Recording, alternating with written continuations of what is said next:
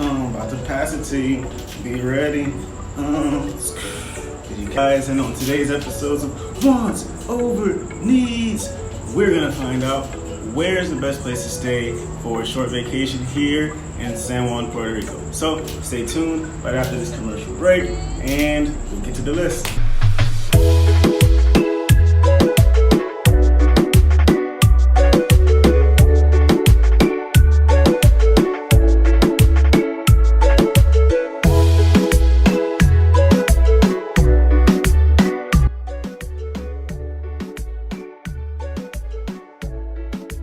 Let's give a shout out to Dragon Ball Z for inspiring that intro. It was lovely, fantastic. I know y'all love it. So there are three main areas that people stay when they come to visit San Juan.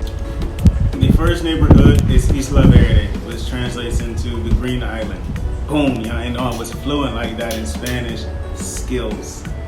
Number two, we have Condado. And then number three, we have Old San Juan or Viejo San Juan.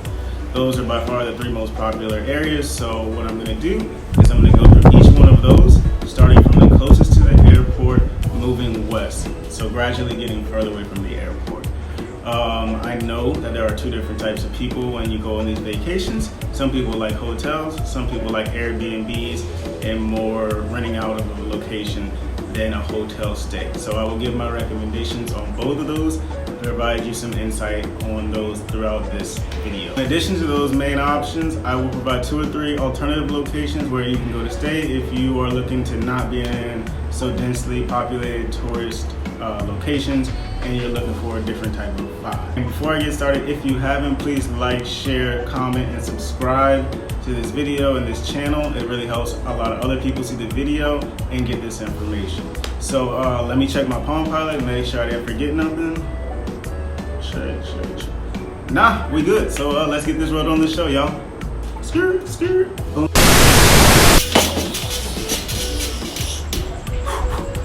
Okay, we just landed in San Juan. We got our bags, ready to hit the beach. Let's do it. What do we gotta do?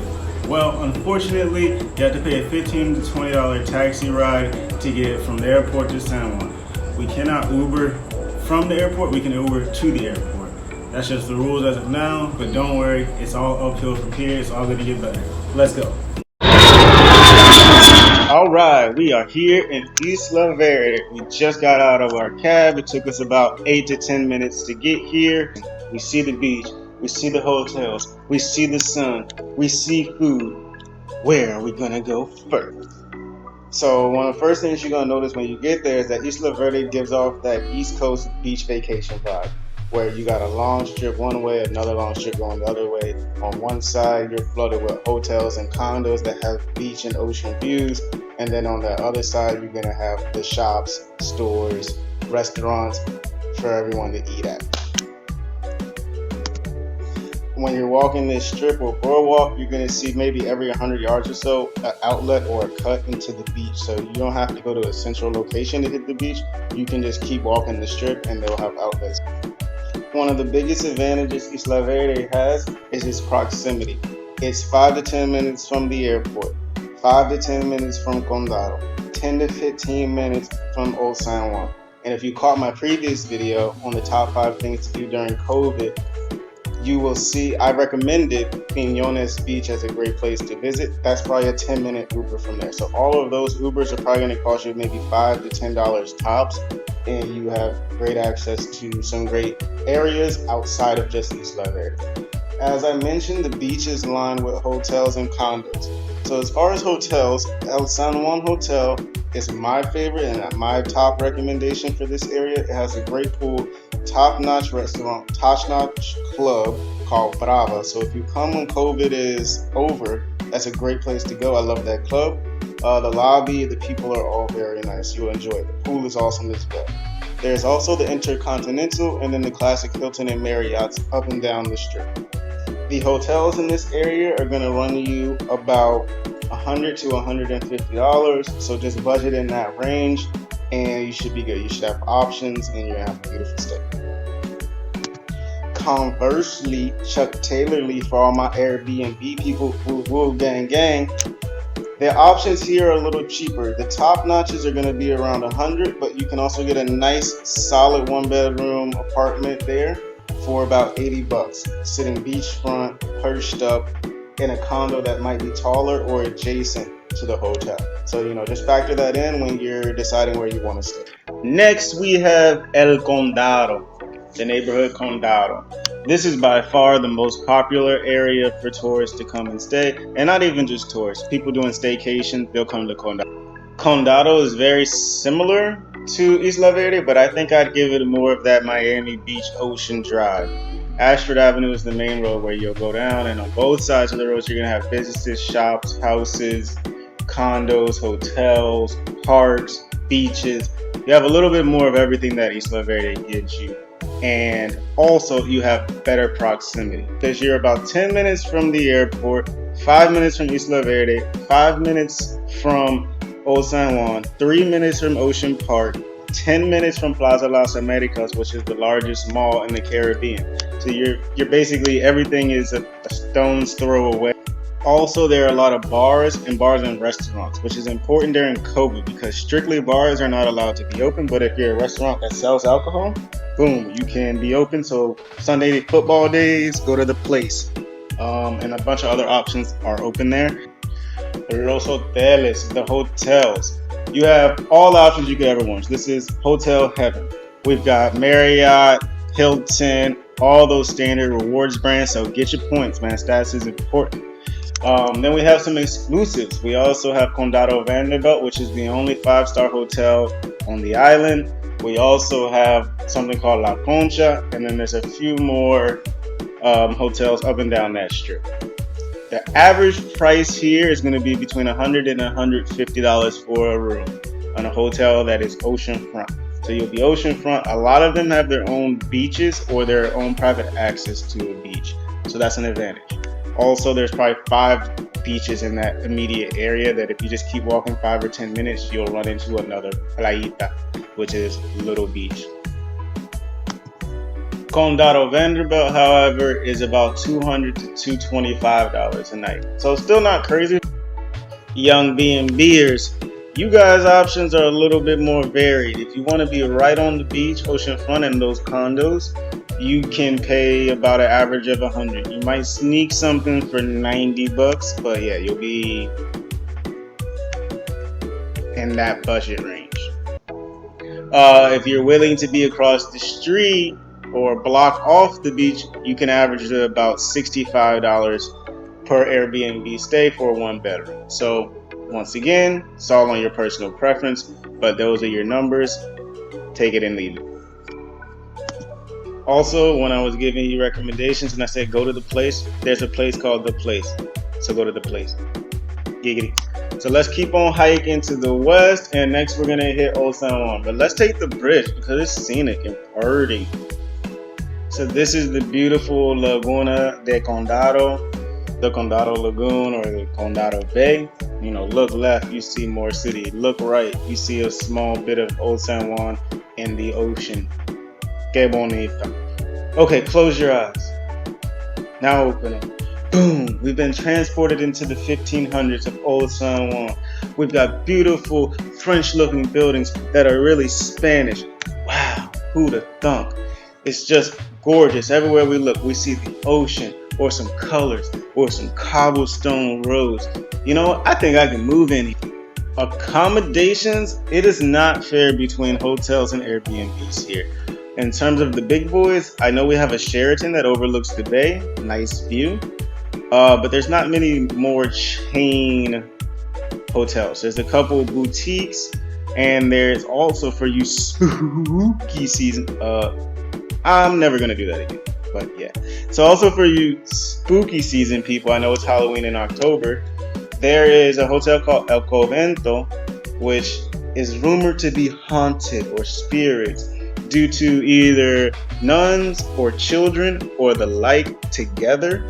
And yeah, so that's just a rumor. I have been there for a work dinner. The food was delicious, the drinks were great, and then they told us it was potentially haunted, and I said, all right, well, I'm gonna pay for my food and I'm gonna get the hell out of here. And I did just that because I'm a punk. I don't play with ghosts, spirits, Casper, his cousins, none of that. But yeah, that's hotels. Hotels here, same kind of range as everywhere else. It's going to be about 100 to 150 bucks. My stronger and better recommendation here, I'm sorry to seem like I'm just an Airbnb-er, but in this case I am. For Airbnb, you can pay up to about 100 bucks and you're going to get everything you want. You're probably going to have, and a lot of the options that I saw, you are going to have a balcony or a terrace with a hammock, nice view, panoramic beach views. If you look left, you're going to see it over La Perla. If you look right, you're going to see the bay looking into more of Puerto Rico. So you have those. I would recommend here that you go that route. You won't go wrong. It'll be a little bit cheaper. They're averaging at about $80 to $100. So facts, you do with them what you want. These are not alternative facts.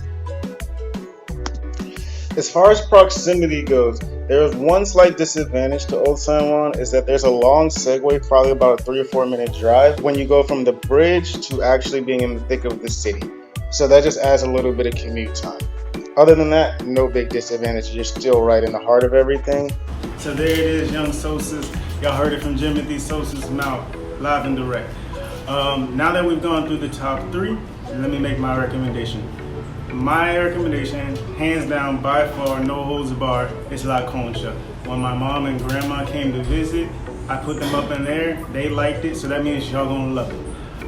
But really, it's unrivaled. You can't beat it. The amenities and the proximity.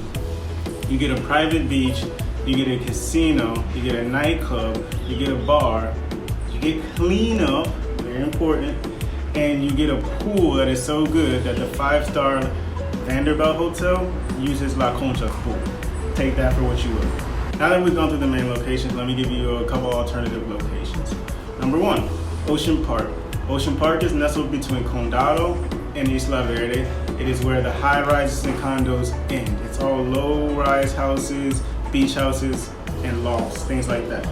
So it slows everything down and it gives you a little bit more of a grungy, hipster, gentrification vibe. I did, however, find one boutique hotel, which I'll link in the description below so you guys can check that out.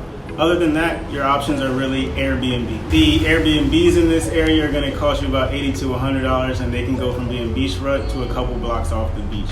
In this area, you're going to get a lot of restaurants, shops, tattoo parlors, things like that. And you're still even better proximity to everything. Next, we have Miramar Santurce, which is the city center. The heart of the city is much more densely populated.